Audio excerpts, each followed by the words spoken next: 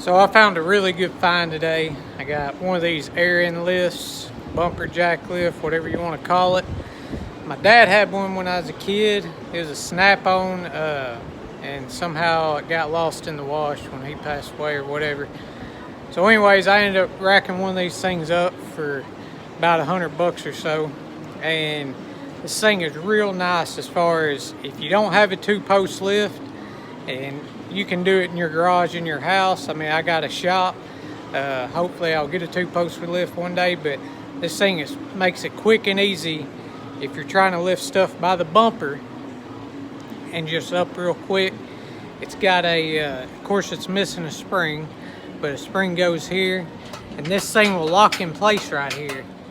And I mean, they tell you not to work under them like that, but I always have. So you just lift this thing up by the bumper, find the bracket, or not the bracket, the frame, and that's where I level or line that pad up with so you don't bend anything. But many times I've lifted with that snap-on air end lift a bunch of vehicles. So this is your operating valve right here. To go to operate this thing, it's pretty simple. You just like get on air and you just start going up with this thing.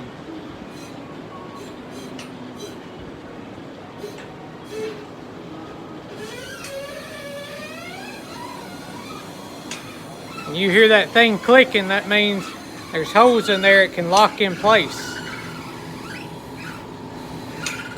See, I'm already up off the ground here. And this is a Jeep. This is a 1.5 ton air end lift. Like I said, it's a lot nicer than trying to get a floor jack down there. And what you do,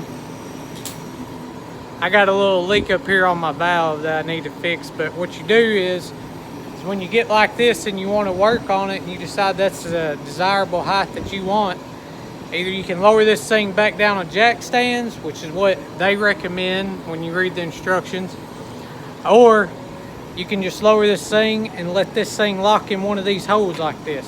And you'll see it lock in when you let all this air out. The other part of this valve is letting air out and letting it down.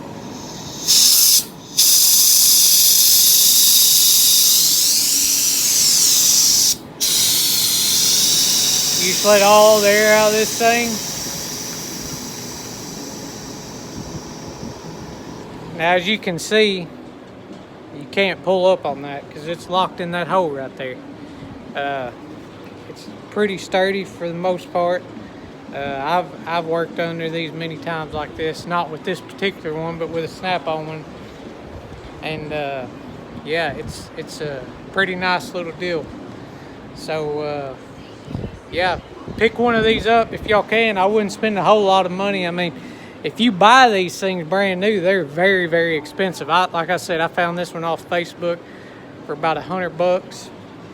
I think I was pretty lucky in finding it for that because a lot of people want at least $400. So, yeah.